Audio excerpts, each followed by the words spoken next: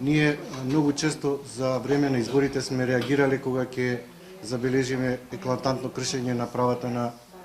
децата за партиски и политички цели. Но сега вака здружени мислам дека е подобро затоа што ги користиме и ресурсите на набљудувачите на МОСТ. Ке се осврнам на генералните согледувања и заклучоци од досегашните пријавени случаи за политичка злоупотреба на деца. Во дадениот период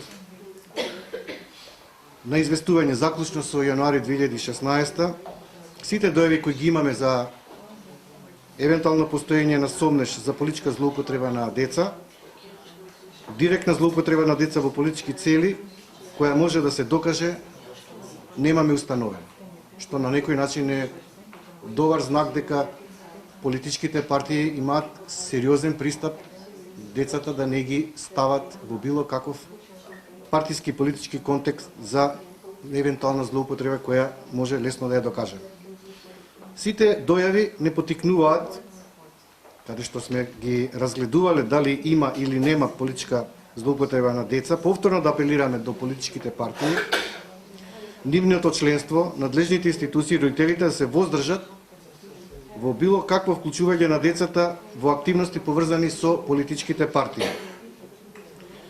Наша препорака е да се обрне внимание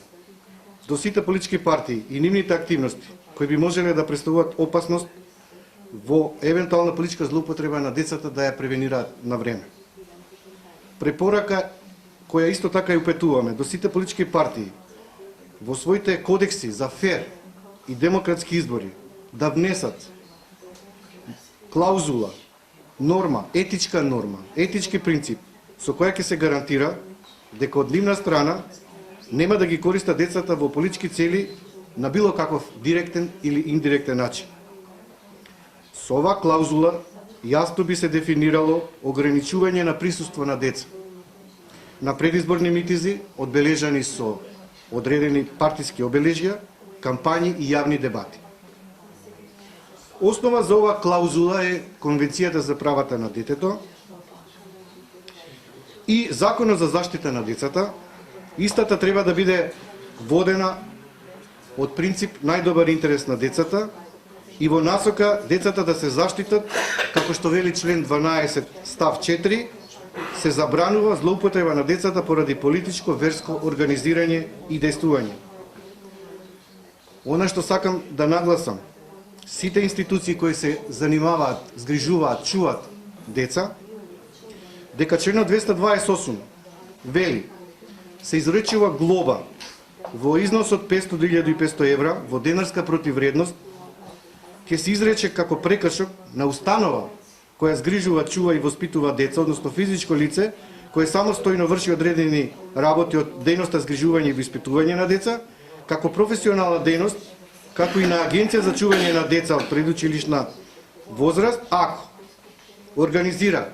политичко, верско организирање и дејствување во установа, односно кај физичко лице или кај агенција, ако врши злоупотреба на деца од истите побуди кои ги напоменав,